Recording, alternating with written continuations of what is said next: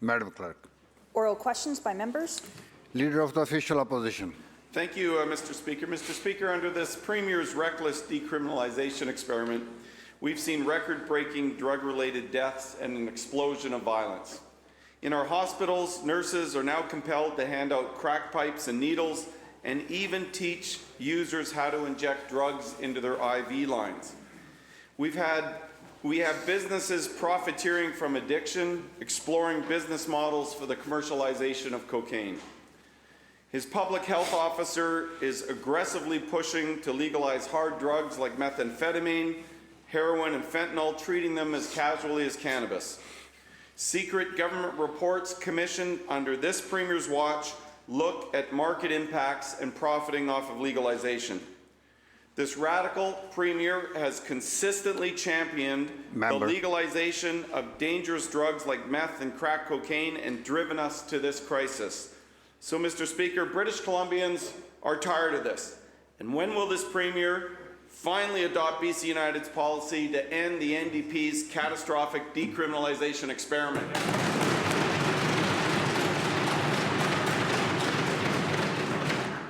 Members must refrain from calling names and attaching labels when people are addressing each other. Premier. Thank you, Honourable Speaker, and thank you to the member for the question on an issue that's important to many British Columbians. On the one hand, the deaths of thousands of British Columbians, their families, the friends who are devastated by those deaths, or members in this chamber who have been directly and personally affected, or British Columbians across the province that have been affected. And it was in the spirit of addressing this issue, I know that at one point, the Leader of the Opposition was proud of supporting a safe injection site in British Columbia. At the time, a significant thing. And there was a lot of public anxiety about it, but it was to prevent deaths, it was to prevent the transmission of HIV, hepatitis. There was an all-party committee where we sat together and heard from families struggling to get loved ones access to care, struggling to respond, and asking for government to try different approaches to deal with this crisis. And that's why both sides of this House, the chiefs of police, supported moving ahead with decriminalization. That doesn't mean that we accept the disorder on the streets in our communities. People not feeling safe in parks and playgrounds and in businesses in our province and hospitals. Minister of Health is working with health officials right now to ensure that everybody is safe in our hospitals. We're working with police and key stakeholders to make sure they have the tools they need to address public order issues in British Columbia. The member says BCUP policy. Well, it depends on the day, Honourable Speaker. And I'll say this to the member, our commitment is to British Columbians, to support those who are sick with addiction, to get them the help they need, do our best to keep them alive, and to ensure that their communities are safe right across the province.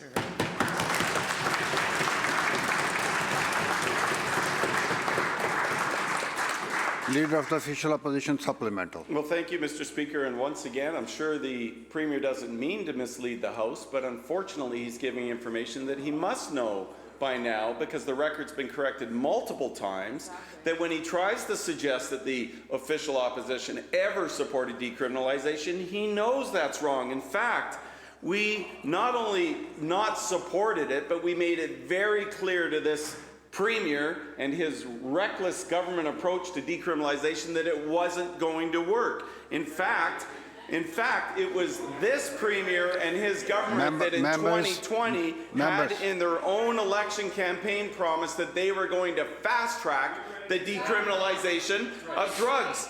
Any claim that the Health Committee, the All-Party Health Committee, played a role or endorsed the NDP's effort to fast-track implementation of decriminalization is utterly false. The decisions were made before that committee was ever struck, Mr. Speaker.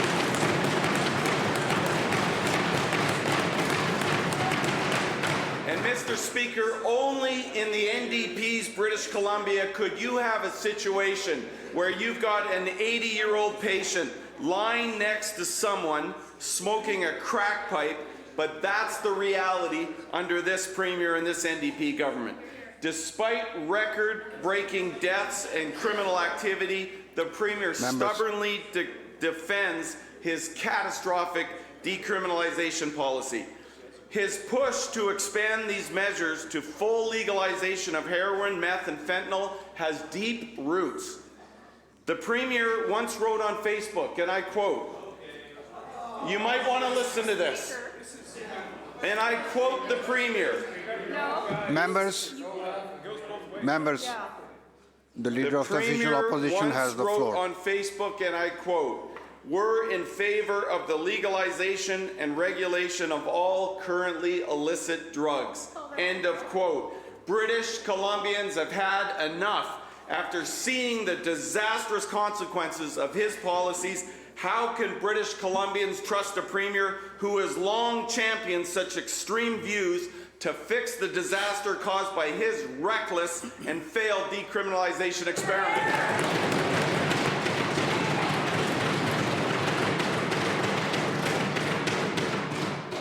Premier. Honourable Speaker, British Columbians are concerned about the deaths. They are concerned about making sure that people have a chance to stay alive to get into treatment. They want to make sure as well that their communities are safe. These are perfectly reasonable and understandable concerns that are shared by everybody on this side of the House. And we will ensure we deliver those things to the extent that we are able to do so with the powers that we have here in the Legislative Assembly. Those are our goals for a BC where we treat people with compassion and understanding, and we also make sure the communities are safe. Now, the member has his own revisionist history, but it was an all-party committee that came together and ratified. Members will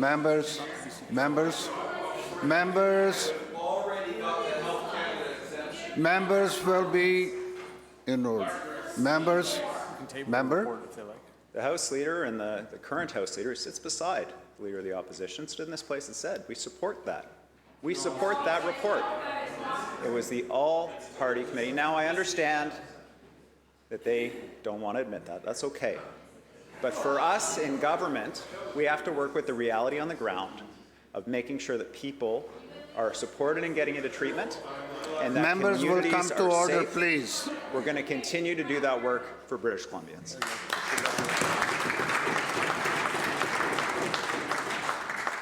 Members on both sides.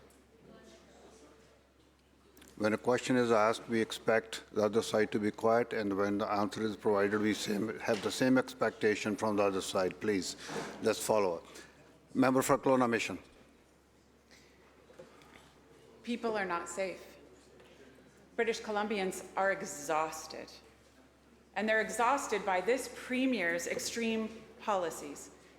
Despite the record level of drug-related deaths and crime, this Premier refuses to back down on decriminalizing hard drugs like meth, heroin, and fentanyl.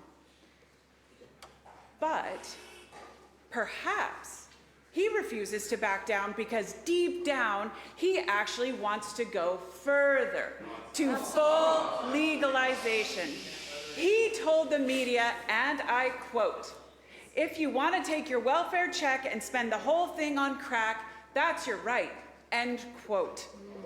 How can British Columbians trust a Premier who, despite the devastating consequences we see every day, refuses to back down and continues to push for the full legalization of hard drugs? Hear, hear.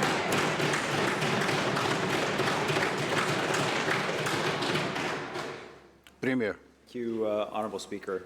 I've been clear, I'll say it again. We're going to do everything we can to ensure people are able to access treatment, they're able to stay alive to be able to access treatment, Members. and to make sure that our communities are safe. We're going to continue to do that work. And so the members on the other side, just to refresh their memories, the Leader of the Opposition, September 23rd, 2023, today in BC podcast, quote, "Some of the chiefs of police were supportive of decriminalization.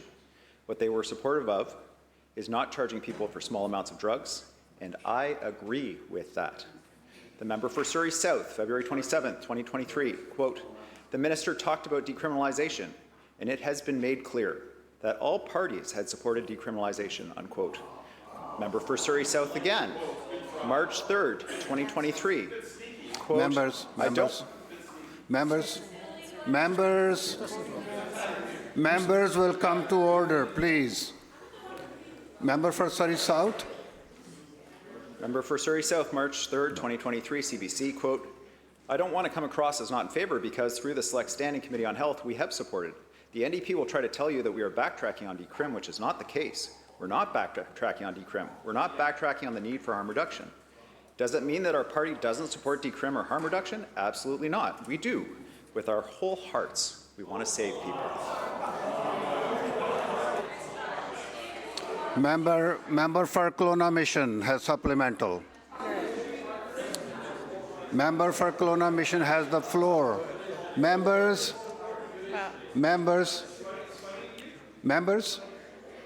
If the Premier is so convinced that that we support decriminalization over here on this side, I would welcome a vote in which we could all stand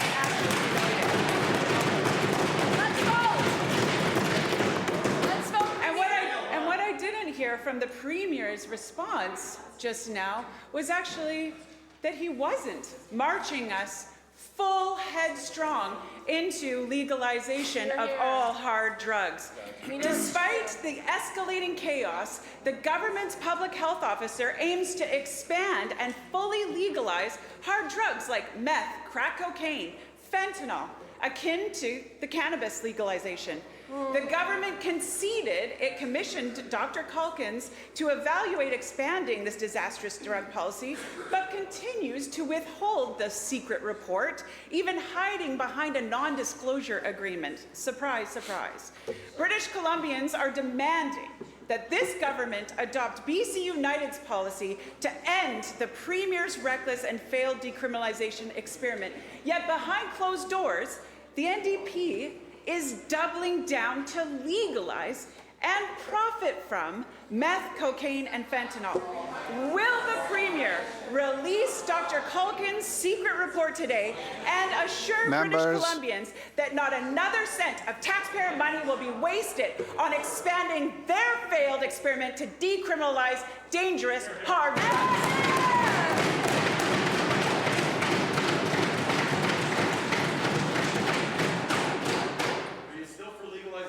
Members, the question has already been asked. Please wait for your turns. Premier. Thanks. The member knows what she's saying is not true. She knows that. Because I can read the quotes from the member who's sitting literally beside her. Quote, Member, there's no need for interjections, please. Member for Surrey South. Second time I'm warning the member for Surrey South. Please. Premier has the floor. Does it mean that our party doesn't support decrim or harm reduction? Absolutely not. We do. With our whole hearts. We want to save people. It's the Leader of the Opposition indicates, oh, that's just one member. How about the Leader of the Opposition? The Leader of the Opposition. Oh. Members. Thank you. The members are a lot more. Members.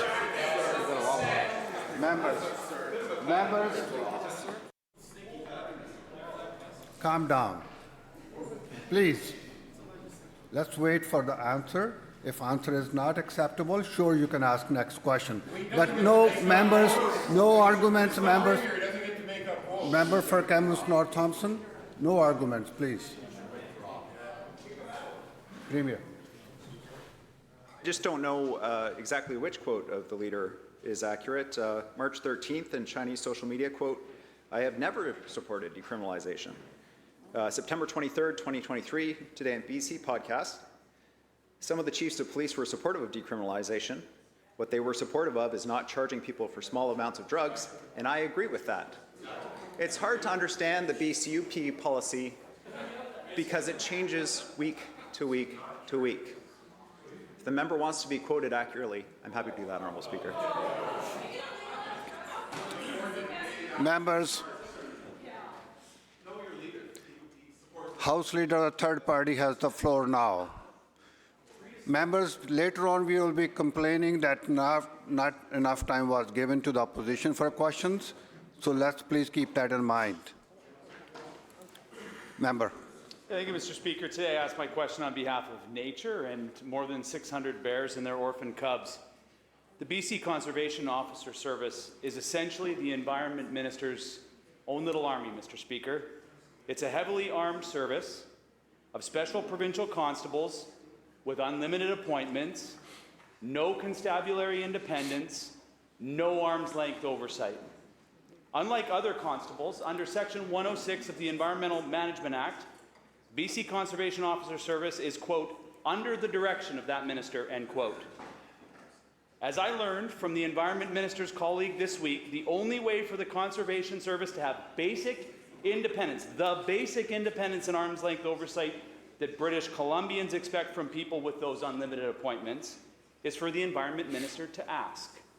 So, in my response today, will he turn to his colleague and ask that the BC Conservation Service be designated a police or law enforcement service effective immediately?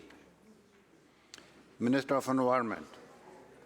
Thank you very much, Mr. Speaker, and thank you to the member for the question, notwithstanding the fact that characterizing the women and men who work in the Conservation Officer Service, protecting communities, valued by communities, protecting wildlife, and generally ensuring that activities around the interface between humans and animals and the safety of animals and nature against poachers and others are dedicated.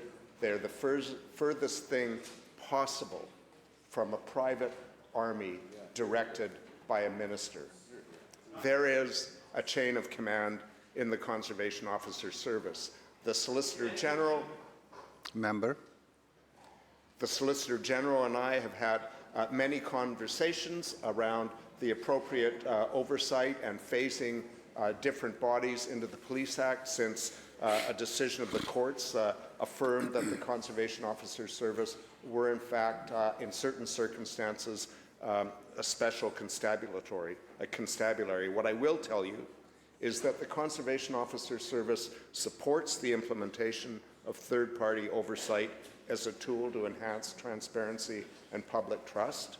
We are working on that. We currently also have measures in place that provide for oversight and response to complaints. We have a new position, the Inspector of Provincial Standards, to monitor and provide oversight on complaints. We are working with other bodies. We are developing a response to the public that wants to see oversight. The member, Honourable Speaker, can shake his head, as he often does when I provide factual answers, but they are the facts. Thank you.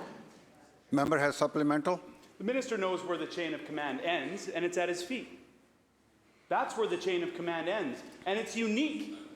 It's unique for people with these unlimited appointments to be under the direction of a minister, Mr. Speaker. And in fact, all we need to do is go back to estimates or to the bill debate this week for the Minister of Public Safety to admit that he doesn't have the same powers over people with these unlimited appointments as the Minister of Environment does. So I am shaking my head for good reason, Mr. Speaker, because the people that he characterized, good people in the BC Conservation Service, don't have the basic level of safety and security that their colleagues who are working for municipal police services have. We expect that. That's the confidence that we can have in our police services when we give them these powers. That's the expectation that the people that they work alongside with, the RCMP officers, the municipal police services, expect that the people working alongside them have the same oversight. That doesn't exist in this province, Mr. Speaker, and it was a basic admission from the Minister of Public Safety earlier this week.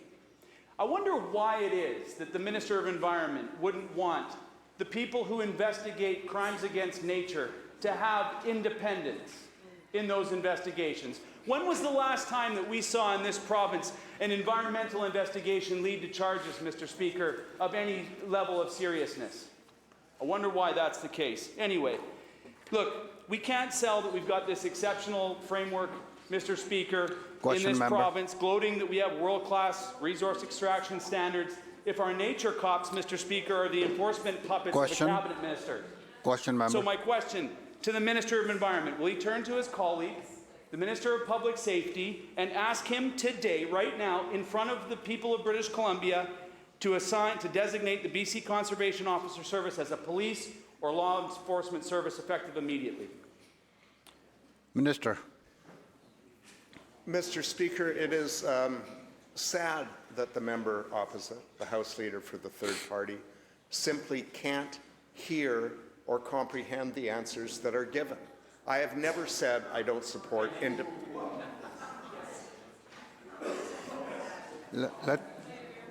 Let the minister. Members, we are wasting time in question period. Please. Minister will conclude. I have never said I don't support independent oversight. In fact, I do. Member. In fact, the Conservation Officer Service has adopted the practice of hiring an external lawyer to conduct investigations into any alleged serious misconduct complaints. We will continue to look at new measures and are currently looking at new measures to ensure that the public can have trust that their complaints are handled independently, with integrity and transparently. House Leader of the Fourth Party. Thank you very much, Mr. Speaker. Yeah. The definition of insanity is doing the same thing over and over and over and expecting a different result. And that is exactly what this BC NDP government is doing with their radical and experimental decriminalization of hard drugs. Decriminalization was introduced by the BC NDP and supported by BC United, who voted in favor of it. Members. I would remind this House.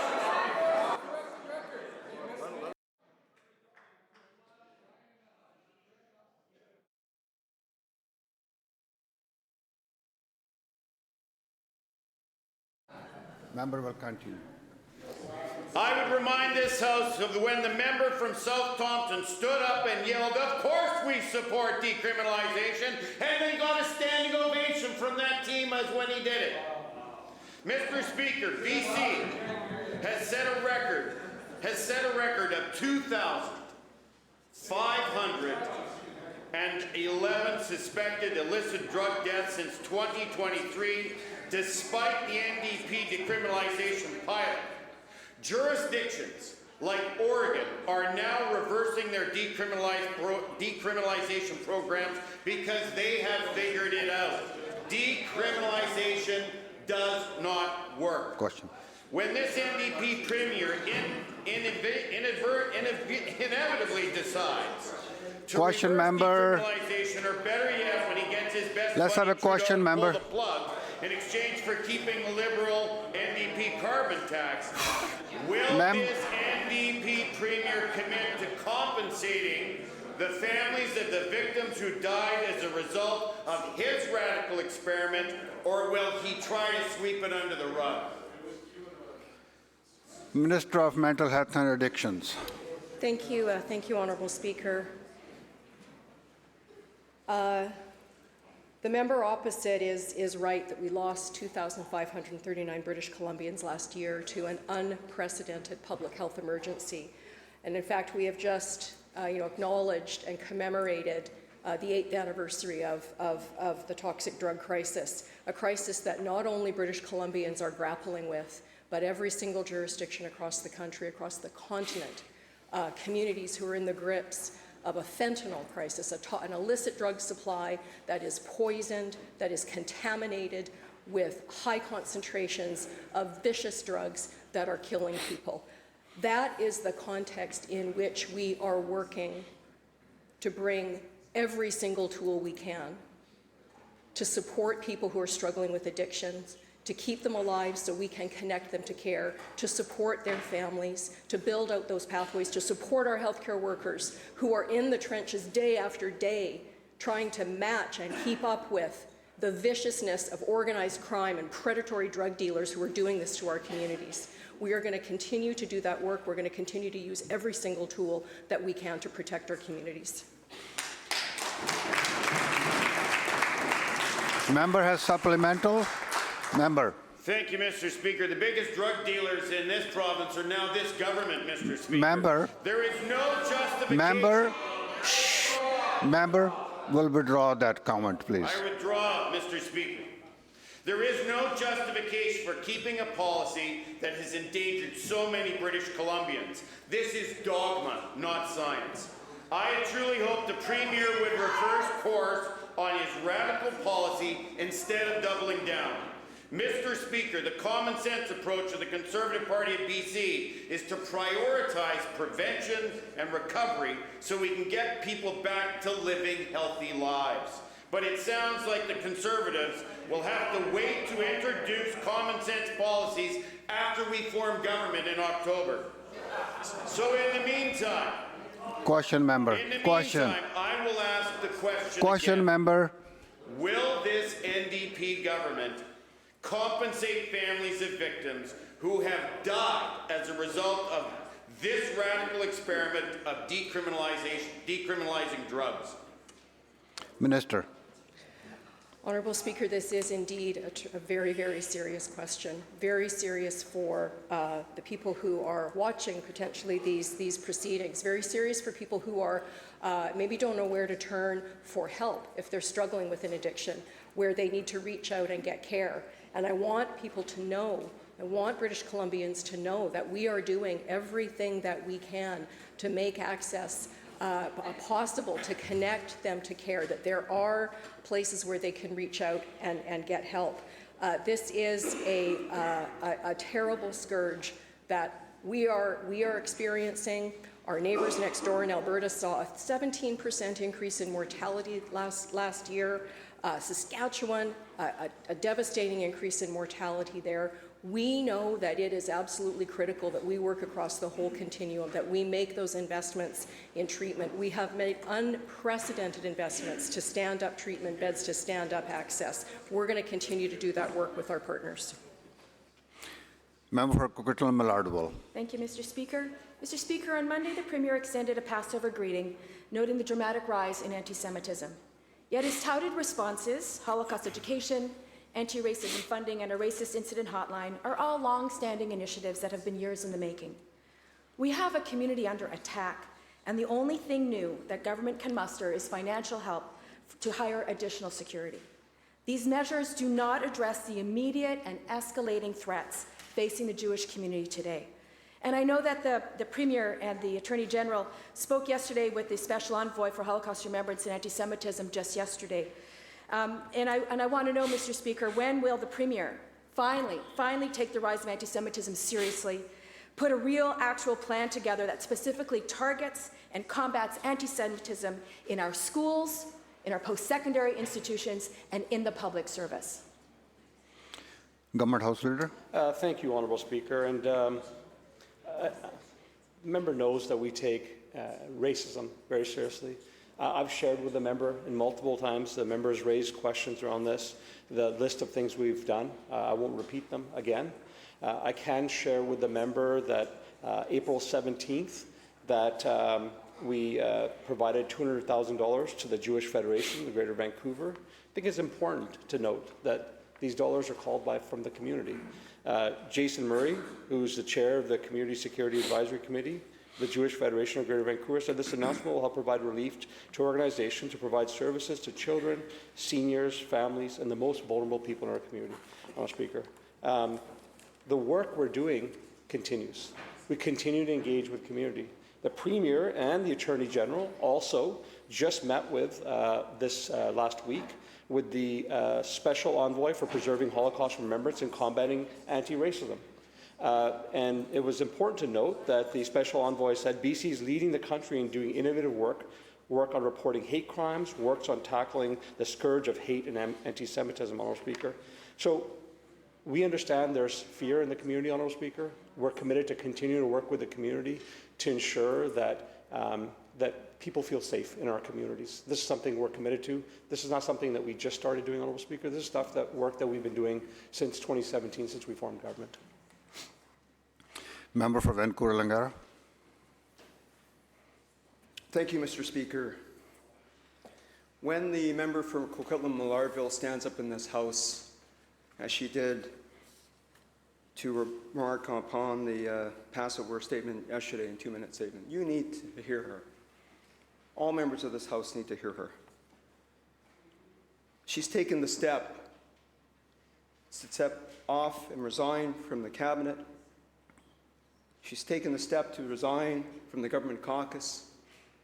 And she's now on this side of the House asking some very important questions on behalf of not just the Jewish community, but for all communities concerned about civil society. When we have any person in this province who has to live in fear from being targeted on our streets, in our communities, on university colleges and campuses for who they are.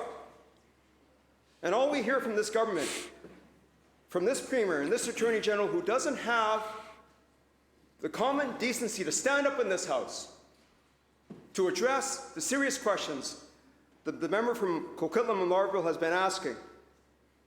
It's been over 6 months. The fact that the Premier and the Attorney General has now reached out to the Special Envoy to deal with anti-Semitism in Canada. The member for Coquitlam-Millardville has been speaking with that Special Envoy on a weekly basis since November.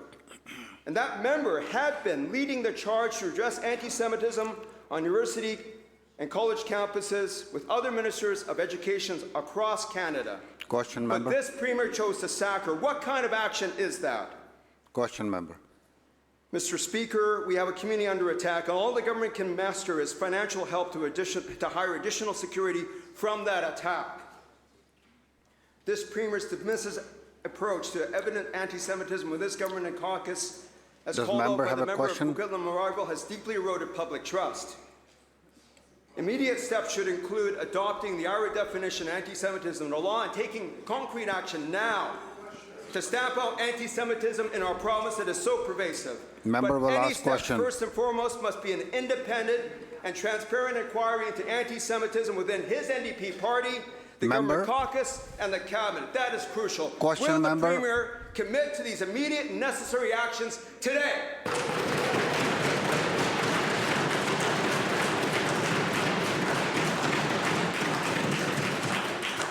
Government House Leader. Thank you, Honourable Speaker. I want to start by saying that I respect the work that the member from Coquitlam-Millardville did around addressing anti-Semitism. I respect the work that she did standing up to anti-LGBTQ hate in her community.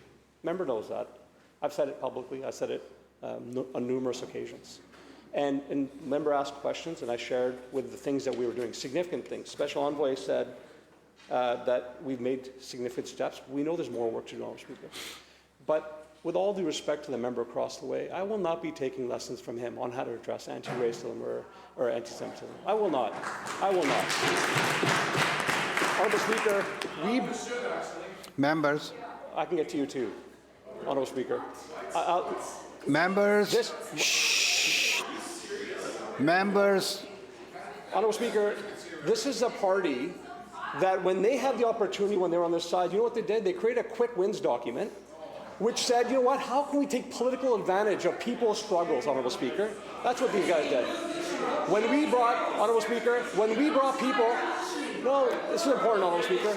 Members. Honourable Speaker. Members, let the minister conclude, please. That's enough, member.